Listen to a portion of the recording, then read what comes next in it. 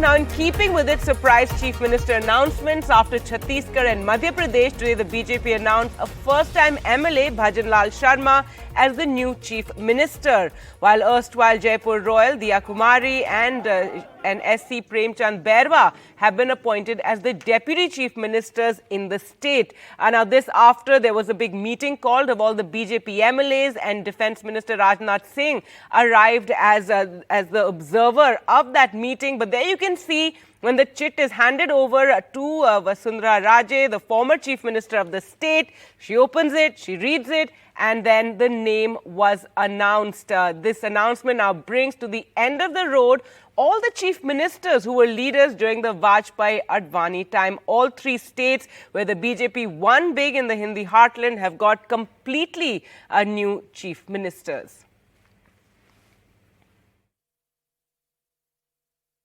मैं इतना विश्वास दिलाना चाहता हूं कि राजस्थान की ये जो टीम है, राजस्थान के जो सभी हमारे विधायक हैं, निश्चित रूप से जो राजस्थान की अपेक्षा है हमसे, भारतीय जनता पार्टी से, हम माननीय हमारे यशस्वी प्रधानमंत्री नरेंद्र मोदी जी के नेतृत्व में हम राजस्थान का पूरी तरह से सर्वांगीण विकास किसी भी क्षेत्र में हो, निश्चित रूप से हम पूरा करेंगे. And we also spoke to the new Deputy Chief Minister of Rajasthan, Diya Kumari, who spoke about the injustice to women in the state. जो ये मुद्दा है महिला अत्याचार का, बहुत बड़ा मुद्दा है. कांग्रेस सरकार ने राजस्थान को खोखला करके रख दिया है, लेकिन अब हम सब मिलकर राजस्थान को फिर से एक विकसित प्रदेश बनाएंगे, एक सुरक्षित प्रदेश बनाएंगे. महिलाएं सुरक्षित होंगी, युवाओं को रोजगार मिलेगा, हर प्रकार से विकास का काम होगा. माननीय प्रधानमंत्री जी के नेतृत्व में हम सब मिलकर काम करेंगे. All right, let's go across to Harsha Kumari Singh now for more. And Harsha, you know, all the names that we've been discussing over the last couple of days, and even in that last hour, the names we were discussing, it was a complete, surprise announcement, something that we were kind of suspecting given what happened in Chhattisgarh and Madhya Pradesh. But tell us about the new Chief Minister. Well, Bhajanlal Sharma is an ordinary party worker. In fact, he's been a general secretary in the party for a long time now. People who work at the BJP office, including myself, when we go there in and out for, bites, or we go to for press conferences, you often come across Bhajanlal. Very low profile, affable, always very pleasant, smiling, That's the kind of personality he is. I mean, he's like all the karyakartas that we meet so often, a very familiar face at the BJP office. And when he got the Sanganer seat, we all thought to ourselves that, okay, so they've put someone there because they want the incumbent MLA out. So obviously that's the reason. And we also thought that probably he's a placeholder, because remember, we've been discussing these names and there was a lot of speculation that Ashwini Vaishnav could actually be sent down to be the Chief Minister of Rajasthan, given his good record with governance. So everyone thought that, okay, this is a Brahmin seat, it's a safe seat. Probably Bhajanlal Sharma is a placeholder. Because I was absolutely flabbergasted when I got a message from the source, because I heard people say Bhajanlal and it was like, are you sure? And then I opened my phone and of course there was a message from a very trusted source. So I said, no, it's confirmed. But it was absolutely surprising, for a man who started, he's also with the organization man, he's been with the ABVP, very close to the Sangh, very, very, his behavior is very simple. And, for someone who came from Bharatpur and then made Jaipur his home, it's really been a long journey. I mean, it's actually in that sense, I think what the party has done, what the BJP has done is, it's made an ordinary worker the Chief Minister. And so what it's done is it's galvanized the party cadre. Plus, if you look at the caste arithmetic, the Brahmins are the core voters of the BJP. But, they're also a voter, they're also a vote bank which is non-controversial. So if you have a Brahmin as a Chief Minister, your other communities which are, very aggressive or very dominating, like the Jats and the Rajputs, they will not pull in different directions. So in that sense, a Brahmin face can keep the party together. Right, and interesting, that picture that we saw when the meeting took place, and, all of them were lined up, and you had Vasundhara Raje sitting right there between, next to Rajnath Singh, and all the MLAs lined up. The new Chief Minister is actually in the third row on the right side. So, very innocuous. He's placed over there somewhere. And as you guessed correctly, a woman announcement, you were saying that, that will also, that's what, you said, I'll stick my neck out and say one of the people in this formula of three Chief Minister, Deputy Chief Ministers, yes. That's the only guess I got right, Gargi. The woman announcement is what I got right. But Bhajanlal was so surprised. He had tears in his eyes. He had absolutely no idea that he's going to be the Chief Minister. I think Vasundhara Raje also didn't have an idea because, when that envelope, that sealed envelope was opened, given to her and opened, I mean, she was taken aback. I think she was totally taken aback. Right, she probably had to, spend a second thinking and placing him. But all right, Harsha, so another surprise, a hat-trick from the BJP of surprise announcements of who the next Chief Ministers are. So today, finally, we had that final name from Rajasthan. Now, speaking of Madhya Pradesh, outgoing Chief Minister Shivraj Singh Chauhan today passed on the baton. He said that he accepts the BJP's decision to replace him with Mohan Yadav. He expressed confidence that he would carry on his good work. He said, since I became the Chief Minister of the state, how much it had improved. But he did have a bittersweet parting shot. He also said he would rather die than ask for anything for himself. Meanwhile, the new Chief Minister spoke about the huge responsibility he now faces. मैं कोई मन पे लेके चलता नहीं हूँ, सामान्य कार्यकर्ता हूँ, इसलिए सामान्य दिन की तरह लिया। लेकिन ये बात सही कि जवाबदारी हमको सेवक के नाते से मिली है और इस सेवा की भावना के आधार पर क्या जनता के बीच में कर सकते हैं और कितनी सेवा कर सकते हैं, ये लगातार उसी दिशा में काम भी कर रहे हैं। और कल चूंकि पहले शपथ का कार्यक्रम है तो स्वाभाविक रूप से सारे बड़े बड़े हमारे जो मार्गदर्शक के माननीय प्रधानमंत्री जी, माननीय गृह मंत्री जी, नड्डा जी, माननीय योगी जी, उन सब के लिए हम तैयारी कर रहे हैं। प्रदेश में भारतीय जनता पार्टी को प्रचंड बहुमत की सरकार बनी है और भाजपा के लिए पूरा देश वर्तमान में एक विशेष निगाह से देखता है। तो कई हमारे लिए प्रदेश में और बड़ी संभावना सरकार के आधार पर भी और आम जनता की गरिमा के हिसाब से कार्यक्रम करने की बनती है। मुख्यमंत्री श्री मोहन यादव जी के नेतृत्व में भारतीय जनता पार्टी की सरकार जो तेजी से काम चल रहे हैं उनको पूरा करेगी, लोक कल्याणकारी योजनाओं को लागू करेगी और प्रगति और विकास की दृष्टि से मध्य प्रदेश नई ऊंचाइयां छुएगा। मैं सदैव उनको सहयोग करता रहूंगा। जब आपको ध्यान होगा, जो संदर्भ था वो ये था कि बाकी दिल्ली में है, आप दिल्ली जाएंगे क्या? एक बात मैं बड़ी विनम्रता के साथ कहता हूं कि अपने लिए कुछ मांगने जाने से बेहतर मैं मरना समझूंगा। वो मेरा काम नहीं है, इसलिए मैंने कहा था मैं दिल्ली नहीं जाऊंगा। All right, so a bittersweet parting shot there from Shivraj Singh Chauhan. But news from Telangana now, the new Congress government in the state says they're shocked at the state of finances in the 9.5 years of BRS rule. Speaking to NDTV's Uma Sudhir, Senior Minister Uttam Kumar Reddy, who's done a review with the Irrigation Department and Civil Supplies Department, said that a lot is amiss and they're going to be ordering a probe. BRS government जो 10 साल रह चुके हैं, उन्होंने financially state को bankrupt कर दिया। ये मेडीगड्डा बैरेज जो है, जो केसीआर गवर्नमेंट, जो पहले टीआरएस गवर्नमेंट थी, बहुत पूरी देश में, पूरी दुनिया में बोले थे इससे बढ़िया प्रोजेक्ट नहीं है। हम 10 साल से बोल रहे हैं इसमें पूरा करप्शन है, और हमने जो बोला था वो सच निकला। इलेक्शन से 1 महीने पहले मेडीगड्डा बैरेज के 2 पिलर्स ग्राउंड में 2 मीटर अंदर सिंक हो गए। ये बहुत बड़ी चीज़ है, और मैं सोचता हूँ ये फाइनल डिसीजन चीफ मिनिस्टर साहब और कैबिनेट लेना पड़ेगा कि इतना बड़ा नुकसान जो स्टेट को हुआ है, किसी तो अकाउंटेबल हमें होल्ड करनी चाहिए। Prime Minister Narendra Modi today took a swipe at the Congress party after the Income Tax Department seized 350 crore in cash from various locations connected to Congress MP Dheeraj Sahu. These were after raids in Jharkhand and Odisha. Now, referring to the popular money heist drama, the Prime Minister quoted a BJP post on social media that had a spoof video of that series, and he said that the Congress has been looting the country for 70 years now. He said you don't need a fiction money heist when you have the Congress. Remember, the Congress, however, has distanced itself from the cash, saying the party is in no way connected with the businesses of Dheeraj Sahu and only he can explain. A day after Amit Shah blamed the country's first Prime Minister, Jawaharlal Nehru, for the Kashmir problem, today Congress MP Rahul Gandhi said the Home Minister has the habit of rewriting history. Hours after the Supreme Court backed the centre's move to scrap the article 4 years ago, Amit Shah blamed Jawaharlal Nehru for two major blunders, declaring a ceasefire during war with Pakistan and taking the issue to the United Nations. Pandit Nehru ने मतलब अपनी life they the,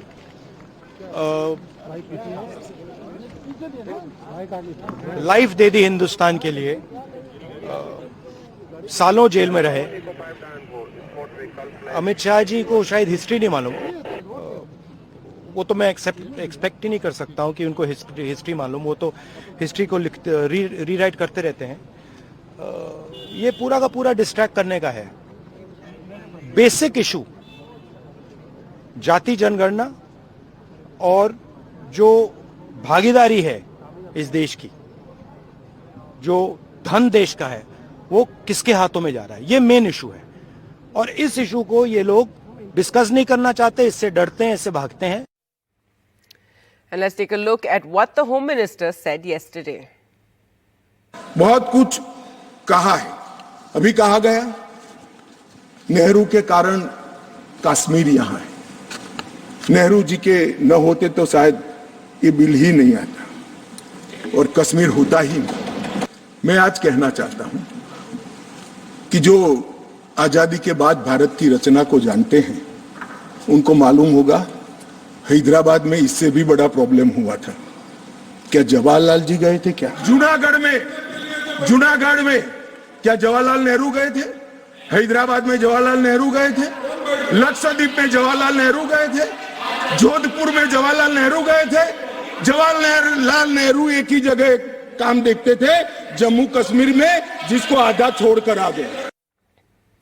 All right, now let's talk about the new criminal laws, and the government has added 2 more sections to fight crime against women in the new criminal bill, Bharatiya Nyay Sanhita, meant to replace the old Indian Penal Code and other criminal laws. In the previous version of the bill, the section 85 provided for 3-year jail for subjecting a woman to cruelty by her husband or in-laws. Now, in this refreshed version, cruelty has been defined. Let's go across to Arvind for more on this. So, Arvind, give us more details of, these changes. And there's also another section that prevents revealing the identity of a sex assault survivor. Yeah, Gargi Center has introduced 3 new bills to replace Indian Penal Code, Code of Criminal Procedure CRPC, and also Indian Evidence Acts. All the 3 bills which were earlier introduced in the previous session that was sent to the Standing Committee for further consideration, and Standing Committee came up with a series of recommendations, and that's why incorporating all those recommendations, today Center has introduced 3 new bills to replace IPC, CRPC, and also Indian Evidence Act. Let's start with IPC, the bill that will be replacing IPC, which is Bharatiya Nyay Sanhita. And if you could look at that bill, at least 2 more sections have been added when compared to the previous BNS bill. So if you could see those 2 sections that have been added, one that deals with protecting the identity of sexual assault survivors. Even during court proceedings, there cannot be any publishing of the identity of the survivors, either in written form or any other form, without the court proceedings. That's first section that has been added. The second section is very much important. Though section 85 clearly gives, section 85 of BNS clearly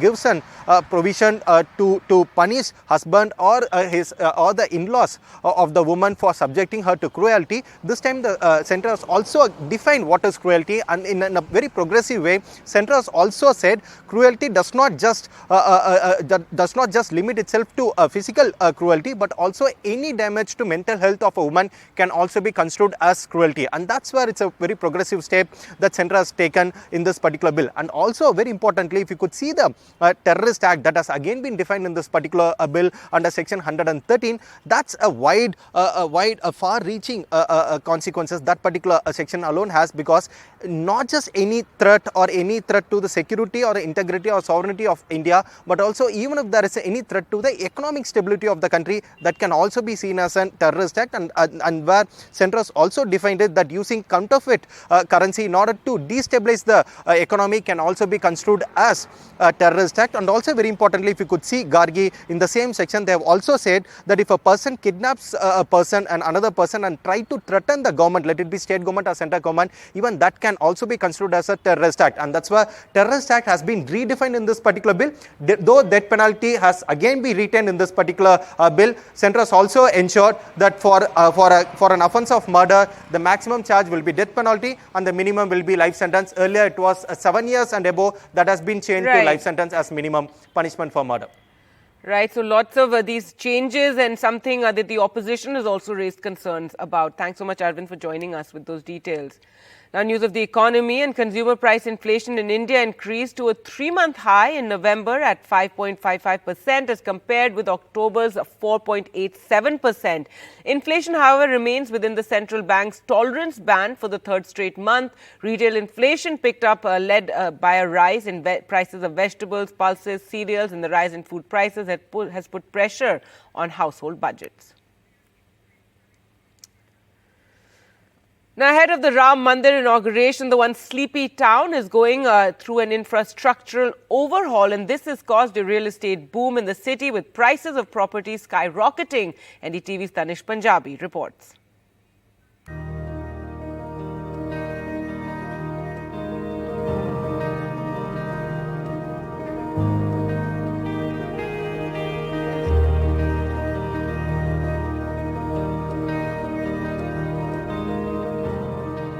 A big infrastructure push in Ayodhya, with just over a month to go for the Ram Temple inauguration, has seen a rush of investors, hoteliers and business owners into the city and skyrocketing property prices.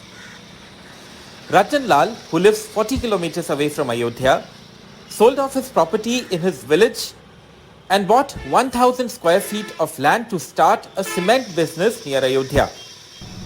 मंदिर का निर्माण होने की वजह से यहाँ रोजगार की संभावना ज़्यादा है, इसलिए कुछ रोजगार करेंगे और रेट भी यहाँ कुछ ज़मीन के ज़्यादा हैं. Mr. Lal can count himself lucky. Local property dealers say the massive rush into the once sleepy temple town means hardly any properties are left for purchase. Ayodhya के आसपास कहीं कोई ज़मीनें हैं ही नहीं, और जो आउटर साइड में है वो 3,000 से के रेट्स जो होने चाहिए थे वो 5,000, 7,000, 8,000 कोई रेट नहीं रह गया है, और उसके बाद भी मार्केट में डिमांड है. राम मंदिर के आसपास वैसे तो कोई ज़मीनें नहीं है, मगर अगर हैं तो उनका कोई रेट नहीं है. आप मुंह से जो बोलोगे वो मिल जाएगा. According to Ayodhya's Stamp and Registration Department, in 2018-19, Ayodhya recorded around 9,000 sale deeds up till the month of November. This year, the number for a similar period has doubled. बहुत से लोगों का मेरे पास भी फोन आता है कि हमको अयोध्या में जमीन दिला दीजिए, अयोध्या में जमीन दिला दीजिए. बहुत से लोग कहते हैं हमें रिजॉर्ट बनाना, हमें होटल बनाना है. तो अयोध्या में जो वर्तमान स्थिति, यहाँ पे जमीन लेने के लिए काफी लोग यहाँ पे जमीन क्रय करना चाहते हैं, जिससे हमारे विभाग, स्टाम्प एवं रजिस्ट्रेशन विभाग का राजस्व प्राप्ति भी काफी बढ़ा है. The prices have been peaking as the date of inauguration inches closer. The locals hope that the tourism will bring revenue to the city and thus to the people living in it. With Pramod Srivastav in Ayodhya, Tanish Punjabi in Lucknow for NDTV. Now, an exclusive interview with former RBI Governor Raghuram Rajan, who's just released a new book where he focuses on the Indian economy and reimagining the direction of the economy. He says India is at crossroads today. While the growth rate is good compared to other economies, it's too low for creating enough jobs. You talk about a uniquely Indian way of development, which capitalizes on India's strengths. So what are the key elements for someone who's about to read this book and needs a flavor? Well, what are India's strengths, right? First, of course, we have our democracy. Second, we have the fact that we speak the English language, about 12-13% of the economy. Third, we have a strength over the years that we've built in services. And so let's look at how we can develop this based on our strengths going forward. So one of the important facts we start out with is so many companies are coming to India to look for to look for workers, to create jobs. Where are they doing this? They're not doing it as much in the traditional areas that we think of, for example, low-skilled manufacturing. They're doing it in hiring consultants to provide services directly for clients in the rest of the world. They're hiring, chip designers to do the chip design for their operations elsewhere. So India is attracting a new form of business, and we should capitalize on it. How do we do that? That's what the book is about. Listening to both of you, reading the book, it comes down to one thing. You need to invest in human capital. So it's education, it's skilling, it's healthcare. Nobody's going to argue on that, right? But when you look at the evidence, the spends, the real prioritization, the gaps are visible? Raghu? Absolutely. Look, we often cite this example because it reflects priorities. We are spending over $2 billion subsidizing a Micron factory in Gujarat. That's, about 16,500 crores. That's over 1/3 of our higher education budget. All the money that's been spent on IITs, on IIMs from the center. Of course, states have their own budget. So think about what that means. For 5,000 jobs when this factory is eventually at its peak, we're spending 1/3 of what could be used to create so many more educational institutions. Watch that entire interview with Raghuram Rajan tonight at 10 p.m.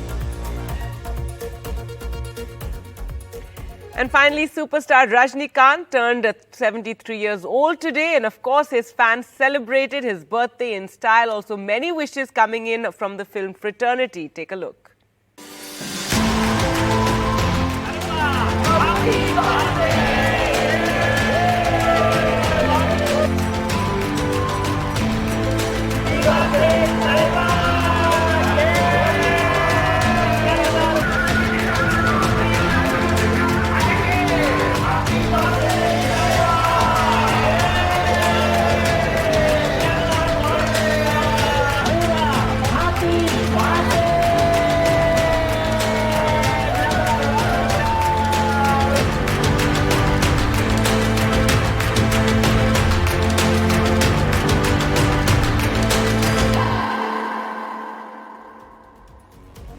Happy birthday, Thalaiva. And with that, it's a wrap from me. Thanks so much for watching. News and updates continue right here on NDTV.